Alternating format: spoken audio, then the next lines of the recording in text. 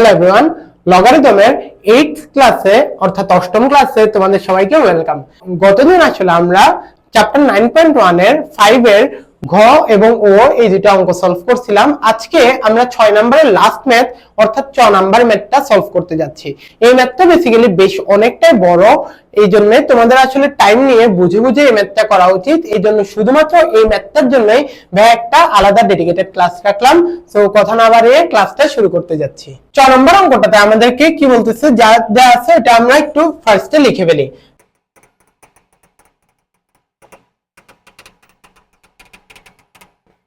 আচ্ছা, যা দেয়া ছিল ওটা লিখে ফেললাম। এই অঙ্কটা করার ক্ষেত্রে তোমাদের আরেকটা জিনিস যেটা তোমরা আসলে জানো, আমি ভাই একটু আরেকবার রিক্যাপ করাই দিই। ধরো আমাদের কাছে এরকম আছে a টু দি পাওয়ার -2 এরকম আছে। a টু দি পাওয়ার -2 এই কথাটার মানে কি ভাই? দেখেন এই যে পাওয়ারে কি 2 আছে, 2 এর আগে একটা মাইনাস আছে না? মাইনাস থাকলেই বুঝবো যে ভাই যেহেতু মাইনাস আছে তাহলে আমরা কি 1 ডিভাইডেড বাই করে দিব। 1 ডিভাইডেড বাই কি হবে? এই যে মাইনাস বাদে যে অংশটুকু আছে অর্থাৎ মাইনাস বাদে কি আছে? a স্কয়ার আছে না? এই পুরো অংশটা চলে আসবে ভগ্নাংশের নিচে, অর্থাৎ মাইনাস দিয়ে বোঝাচ্ছে এই যে 1 ডিভাইডেড বাই মাইনাস বাদে যা কিছু আছে ওটা নিচে চলে আসবে। ঠিক আছে, এই জিনিসটা যদি বুঝে থাকি তাহলে আমরা এই অঙ্কটা ঠিকভাবে অ্যাপ্রোচ করতে পারবো। দেখা যাক আমাদের এখানে কি আছে। দেখেন a স্কয়ার ছিল, থাকুক প্যারা নাই, minus b to the power -2 না ভাই? মাইনাস আছে মানে কি 1 ডিভাইডেড বাই দিলাম। কি আছে? মাইনাস বাদ দিলে কি আছে? b স্কয়ার না? তাহলে কি 1 ডিভাইডেড বাই b স্কয়ার লিখে দিলাম whole to the power a। আর এখানে দেখেন কি থাকে? a minus b to the power -1। Minus আছে মানে কি 1 ডিভাইডেড বাই, আর এখানে কি b টু দি পাওয়ার 1 না? b টু দি পাওয়ার 1 মানে কি b। আচ্ছা ঠিক আছে, এটাই লিখলাম 1 1 ডিভাইডেড বাই b। আর হোল টু দি পাওয়ার কি আছে ভাই? b a আছে, প্যারা নাই। এখানেও সেম ঘটনা। আমাদের দেখেন b স্কয়ার ছিল, থাকুক সমস্যা নাই, minus a to the power -2। -2 বলতে কি বোঝাচ্ছে? যেহেতু মাইনাস আছে তাহলে হচ্ছে 1 ডিভাইডেড বাই কি হবে? এই যে মাইনাস বাদ দিলে আর থাকে কি a স্কয়ার না? তাহলে কি 1 ডিভাইডেড বাই a স্কয়ার। আর হোল টু দি পাওয়ার কি b। এরপর আবার same b plus a to the power -1। যেহেতু মাইনাস আছে তার মানে কি 1 ডিভাইডেড বাই মাইনাস বাদ আর কি আছে? a টু দি পাওয়ার 1 না? a টু দি পাওয়ার 1 মানে কি আসলে a। ঠিক আছে, এটা a b আছে। বুঝতে পারছি? আমরা কি a square minus b square এর সূত্র জানি না? a square minus b square এর সূত্র কি? a প্লাস b গুণন a মাইনাস b। ঠিক আছে, আচ্ছা ধরো আমার এই সাইডে একটু লিখে দিই a square minus b square এর সূত্র কি হবে আমাদের? a প্লাস b গুণন a মাইনাস b। আমার যদি a square minus b square এরকম না হয়, যদি এরকম হইতো a square minus 1 by b square, এটাকে কি আমি এরকম চিন্তা করতে পারি না যে ভাই এটা আসলে এরকম a square minus 1 divided by b whole square. দেখেন তো আবারও কি a square minus b square এর সূত্র পড়ছে না? a square minus b square এর সূত্র আবার আপনি অ্যাপ্লাই করেন এখানে a প্লাস b এর জায়গায় কি 1 বাই b, আবার a মাইনাস b এর জায়গায় কি 1 বাই b। আমরা সূত্র হিসেবে বলতেছি a plus b into a minus b, কিন্তু যেহেতু এখানে b এর জায়গায় কি বসছে 1 ডিভাইডেড বাই b, তাই আমরা বসালাম কি a প্লাস 1 বাই b গুণন a মাইনাস 1 বাই b। ঠিক আছে, এই কনসেপ্টটা হচ্ছে যে আমাদের এখানে কাজে লাগবে। তোমরা যেন বুঝতে অসুবিধা না হয় তাই ভাই এটাকে আরেক লাইন বাড়াই লিখি, মাইনাস 1 বাই b স্কয়ার না? তার মানে কি 1 বাই b হোল স্কয়ার ছিল এটা। ঠিক আছে, আর এই যে যেটা পাওয়ার a ওটা থাকুক সমস্যা নাই। আর এখানে দেখেন a minus 1 by b whole to the power b minus a। এখানেও সেম দেখি b square minus 1 by a square না? আমরা এটাকে কি বলতে পারি? 1 বাই a হোল স্কয়ার বলতে পারি। আর পাওয়ার হিসেবে কি আছে? Whole to the power b। আর এখানে কি আছে? b plus 1 by a whole to the power a minus b। বুঝছি? এবার কিন্তু দেখেন এটার মতো হয়ে গেছে না? তার মানে তোমাদের কাছে এখন বোঝাটা মাচ মোর ইজিয়ার হয়ে গেছে। আচ্ছা ঠিক আছে, এটা করি তাহলে ভাই a square minus b square এর সূত্র a প্লাস b গুণন a মাইনাস b। দেখেন a square minus 1 by b whole square, তাহলে কি এটা হবে যে a প্লাস 1 বাই b গুণন a মাইনাস 1 বাই b। এখন হবে এই যে পাওয়ারটা এই যে বসিয়ে দিলাম a। এরপর দেখেন এখানে কি আছে? a minus 1 by b whole to the power b minus a। Same কাহিনী হচ্ছে এখানেও b প্লাস 1 বাই a গুণন b minus 1 by a whole to the power b গুণন b plus 1 by a whole to the power a minus b। বুঝছি? আচ্ছা এটুকু যদি বুঝে থাকি তাহলে ভাই আমরা এরপর অংশটুকু এখানে করতেছি। এখানে কি থাকতেছে ভাই? a প্লাস 1 বাই b গুণন a মাইনাস 1 বাই b গুণন a minus 1 by b whole to the power b minus a। আচ্ছা একটু খেয়াল করে ভাইয়া, এখানে আসলে কি হচ্ছে, এই যে a plus 1 by b, a minus 1 by b, এদের উপর whole to the power কি আছে, a আছে না, তাই আমি কি ওদের উপর আলাদা আলাদা করেও কি লিখতে পারবো, a লিখতে পারবো। ঠিক আছে, এটা কোথা থেকে আসছে ভাই, এই যে এই কনসেপ্ট থেকে। ধরো আমরা যদি এরকম বলি যে সাপোজ ধরো আমার কাছে এরকম আছে ab whole to the power 4, আমরা কি বলতে পারবো a to the power 4 গুণন b to the power 4 না, এই কনসেপ্টটাই কাজে লাগাইছি। সেম ভাবে নিচে হরের জন্য আমরা করে ফেলি b plus 1 by a, b plus 1 by a গুণন b minus 1 by a, আর এখানে কি আছে b plus 1 by a whole to the power a minus b। আর দেখি এখানে দোনোজনের উপর পাওয়ার কি ছিল ভাইয়া, b ছিল, ওই জন্য আমি প্রত্যেকের উপর ইন্ডিভিজুয়ালি পাওয়ার কি লিখে দিচ্ছি, b লিখে দিচ্ছি। এখানে আবার একটু খেয়াল করেন হর এবং লব দোনো জায়গাতেই আমাদের দেখেন এখানে কি a plus 1 by b এটা একটা base, a minus 1 by b এটা একটা বেস, আবার দেখেন a minus 1 by b আরো একটা বেস।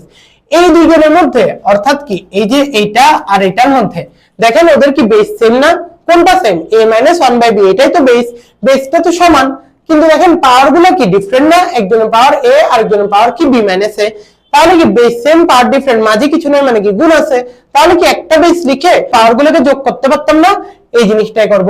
আবার নিচেও দেখেন b plus 1 by a, এখানেও আছে b plus 1 by a, অর্থাৎ এই দুইজনের মধ্যেও কি বেস সেম, পাওয়ার দেখেন একজনের b আর একজনের হচ্ছে a minus b, তাহলে কি বেস সেম পাওয়ার ডিফারেন্ট মাঝে গুণ আছে, তার মানে কি একটা বেস লিখে পাওয়ার গুলোকে যোগ করব। আচ্ছা ঠিক আছে, এই জিনিসটা হচ্ছে আমরা এখন এই লাইনে করব।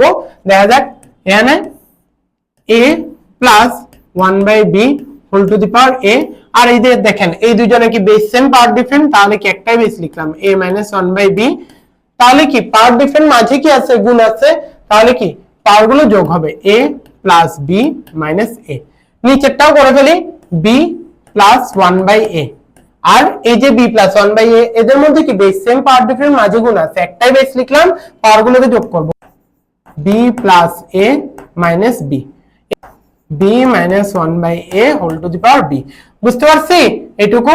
আচ্ছা এটাও যদি বুঝে থাকি আমরা ঠিকঠাক, এখানে দেখি তো এই যে a minus 1 by b এর উপর পাওয়ার কি ছিল, a plus b minus a, plus a minus a কাটা, এখানেও দেখেন প্লাস b মাইনাস b কাটা, তাহলে আমাদের ইভেন্চুয়ালি এখানে থাকতেছে কি একটু খেয়াল করি a plus 1 by b whole to the power a গুণন a minus 1 by b whole to the power b।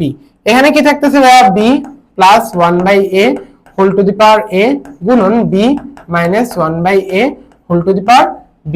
ঠিক আছে, আচ্ছা এটা আমাদের থাকতেছে। এখন কথা হইতেছে ভাই আমরা কি এখানে কোথাও কি বেস সেম দেখতেছি, অর্থাৎ দেখেন এখানে কিন্তু কারোর সাথে কারো বেস সমান নাই।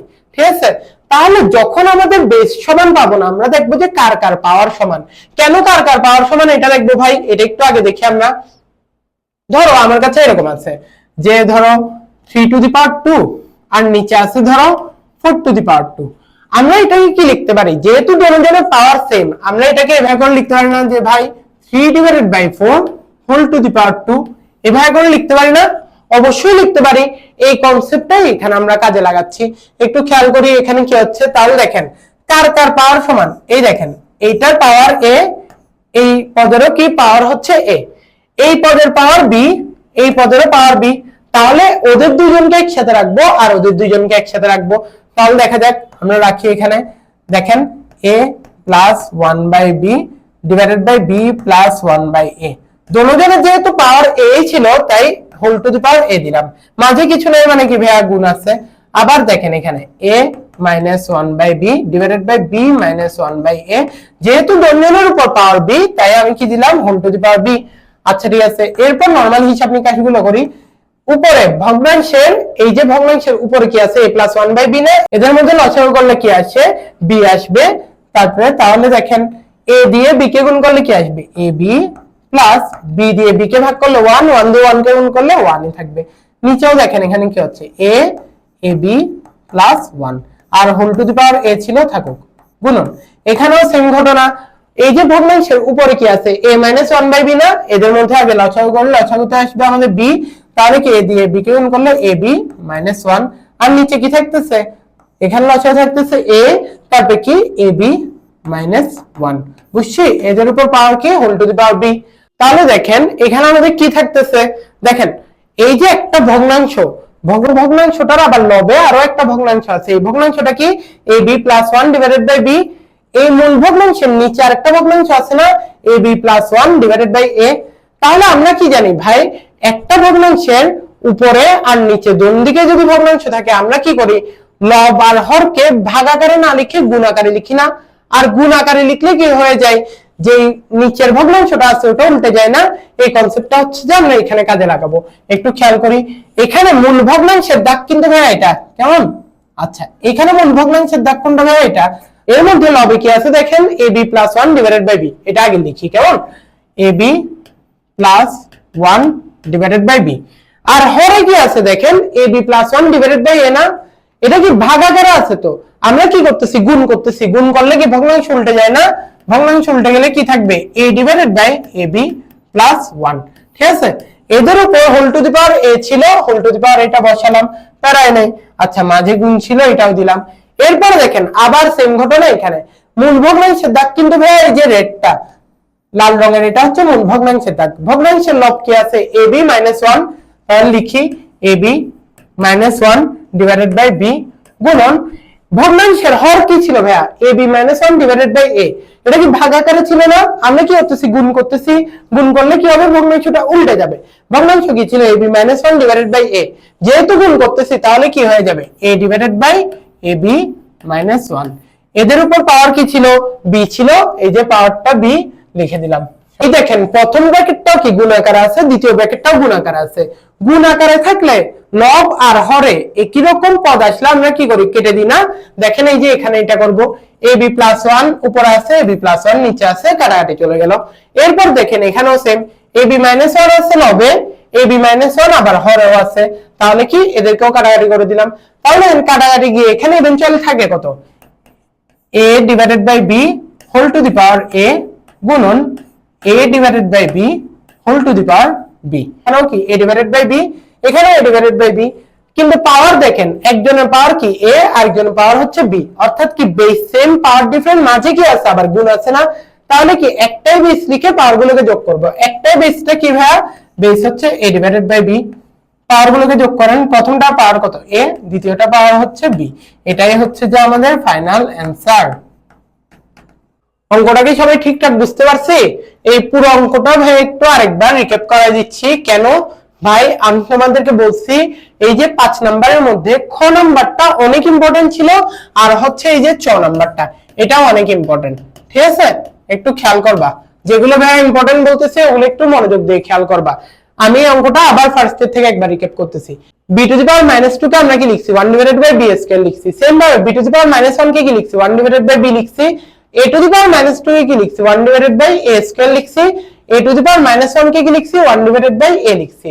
ফার্স্টে যদি আমরা একটু বুঝে থাকি এখানের মধ্যে, তারপর দেখেন আমাদের কি হইছে a স্কয়ার - b স্কয়ার এর সূত্র পড়ছে কেমনে, এই যে এখানে ভাইয়া কিন্তু আরো এক লাইন করে দেখাই দিছি। a square - 1 by b square ছিল, এটাকে আমরা কি লিখতে পারি a square - 1 by b whole square লিখতে পারি। তাহলে কি এটা কি a স্কয়ার - b স্কয়ার এর সূত্র পড়ে গেল না? a স্কয়ার - b স্কয়ার এর সূত্র কি a + b গুণন a - b। তাদের উপর পাওয়ার কি ছিল a, এই যে উপরে পাওয়ার বসালাম a, সেম ঘটনা নিচেও আছে b square - 1 by a whole square, b কে ধরলাম আমরা a, 1 বাই a কে ধরলাম আমরা b, তাহলে কি এটা a স্কয়ার - b স্কয়ার এর সূত্র কি হয় a + b গুণন a - b।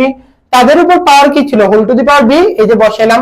আচ্ছা একটু যদি বুঝে থাকি এই সাইডে দেখি, এই যে a + 1 বাই b গুণন a - 1 বাই b, এদের উপর পাওয়ার কি আছে a আছে না? যেহেতু দোনোজনের উপরে সেম পাওয়ার আছে আমরা এই যে ইন্ডিভিজুয়ালি পাওয়ার লিখেছি, অর্থাৎ a + 1 বাই b এর উপরেও পাওয়ার দিলাম a, a - 1 বাই b এর উপরেও পাওয়ার দিলাম কত a। আচ্ছা ঠিক আছে লিখলাম, সেম ঘটনা করছি আমরা নিচের জন্য। আচ্ছা এরপর আমরা কি দেখতেছি আসলে এই যে a - 1 বাই b এখানে আছে a - 1 বাই b, অর্থাৎ কি বেস সেম পাওয়ার ডিফারেন্ট, মাঝে কি আছে গুণ আছে, একটাই বেস লিখছি, অর্থাৎ কি a - 1 বাই b একটাই বেস লিখলাম, এই যে পাওয়ার গুলোকে যোগ করছি। ঠিক আছে, a + b - a, ঠিক আছে। সেম কাহিনী করছি নিচেও, এই যে যেগুলো আমি সাদা কালি দিয়ে মার্ক করছি ওদের দেখেন base same b + 1 by a, এখানেও b + 1 by a, b + 1 by a, অর্থাৎ এখানে কি বেস সেম পাওয়ার ডিফারেন্ট মাঝে গুণ, একটাই বেস লিখলাম b + 1 বাই a, এই যে পাওয়ার গুলোকে যোগ করলাম b + a - b। এখন দেখেন এখানে কাটাকাটি গেছে এ এ, এখানে কাটা গেছে বি আর মাইনাস বি, কাটাকাটি গিয়ে আমাদের ফাইনালি কি আসতেছে a plus one by b whole to the power a গুণন a minus one by b whole to the power b. এখানের ক্ষেত্রে আর হরে কি আছে b plus one by a whole to the power a গুণন b minus one by a whole to the power b. এখানে দেখেন কারো হচ্ছে আমাদের বেস গুলো সেম নেই, তাহলে আমরা কি খেয়াল করছি যে কাদের কাদের পাওয়ার গুলো সেম আছে ওই ওই ভগ্নাংশ গুলোকে একসাথে লিখছি। দেখেন এই যে এখানে পাওয়ার কি এ না, এখানেও পাওয়ার এ, অর্থাৎ আমি এই দুইটা ভগ্নাংশকে একসাথে লিখছি ভাগ আকারে, পাওয়ার হিসেবে কি দিচ্ছি এ দিলাম। এখানে দেখেন পাওয়ার বি, এখানে আছে পাওয়ার বি, তাহলে কি এই দুইটা ভগ্নাংশকে উপর নিচে লিখলাম, পাওয়ার দিলাম কি বি, এরপর জাস্ট নরমাল হিসাব নিকাশ করছি এবং ওই যে ভগ্নাংশের হরকে যদি আমরা গুণ আকারে লিখতে যাই তাহলে কি হরটা উল্টে যায় না, ওই কনসেপ্টটা এখানে ইউজ করছি। এন্ড ফাইনালি দেখেন এখানে কি বেস আসছে a বাই বি, এখানেও বেস আসছে a by B, base same, অবশ্যই বেস সেম। পাওয়ার দেখেন একটার পাওয়ার a আর একটা পাওয়ার b, তাহলে কি বেস সেম পাওয়ার ডিফারেন্ট, মাঝে কি আছে দেখেন তো এই যে গুণ চিহ্ন আছে না, তাহলে কি বেস সেম পাওয়ার ডিফারেন্ট, মাঝে আছে গুণ, একটা বেস লিখে পাওয়ার গুলো যোগ হবে। একটা বেস কি a ডিভাইডেড বাই b, পাওয়ার গুলো কি a আর b ছিল তাই পাওয়ার গুলোকে যোগ করে দিলাম a যোগ b। এটাই হচ্ছে আমাদের টোটাল অঙ্কটা। তোমরা যদি সূচকের এই অঙ্কগুলো একটু টাইম দিয়ে ঠিকভাবে বুঝে শুনে না করো, মুখস্থ করে পরীক্ষার হলে যাও, তাহলে ভাই কোনোভাবেই এই অঙ্কগুলা মিলাতে পারবে না পরীক্ষার হলে, ঠিক আছে? সো সবাই একটু এইসব ব্যাপার নিয়ে কেয়ারফুল থাকবে, ক্লাসগুলো মনোযোগ দিয়ে করবে, আর ইনশাআল্লাহ নেক্সট ক্লাস থেকে আমরা 6 নম্বরের অঙ্কগুলো সলভ করব। সবার সাথে ইনশাআল্লাহ দেখা হচ্ছে পরের ক্লাসে। সবাই ভালো থাকবে, আল্লাহ হাফেজ।